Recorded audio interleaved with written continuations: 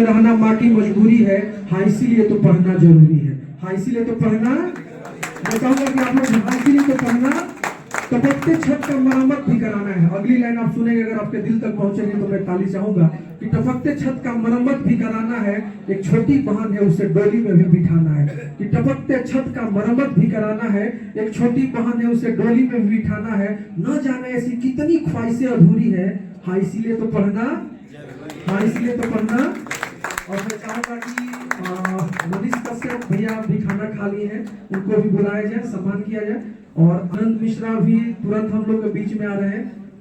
और मजबूरी है, हाँ इसीलिए तो पढ़ना जरूरी है। कि पापा के टूटे हुए जूते हैं, फटी साड़ी में रहना माँ की मजबूरी है, हाँ इसीलिए तो पढ़ना जरूरी है। कि टपकते छत का मरम्मत भी कराना है, एक छोटी बहन है उसे डोली में भी बिठाना है।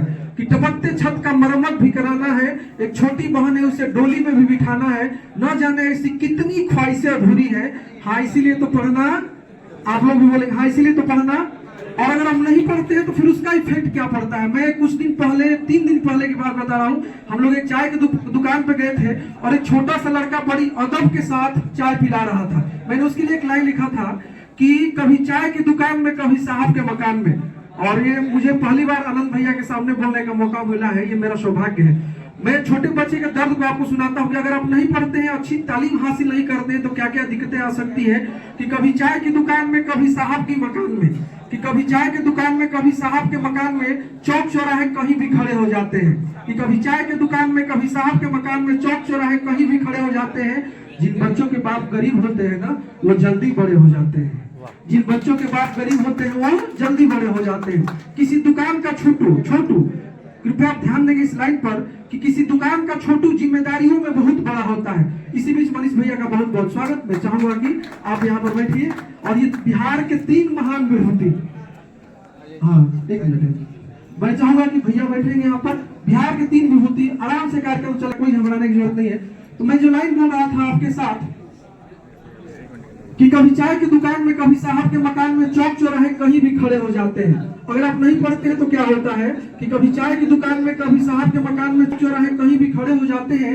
जिन बच्चों के बाप गरीब होते हैं ना, वो जल्दी बड़े हो जाते हैं। अगला लाइन में सुनाना चाहूंगा कि किसी दुकान का छोटू जिम्मेदारियों में बहुत बड़ा होता है। किसी दुकान का छोटू जिम्मेदारियों में बहुत बड़ा होता है। किसी दुकान का छोटू जिम्मेदारियों में बहुत बड़ा होता है।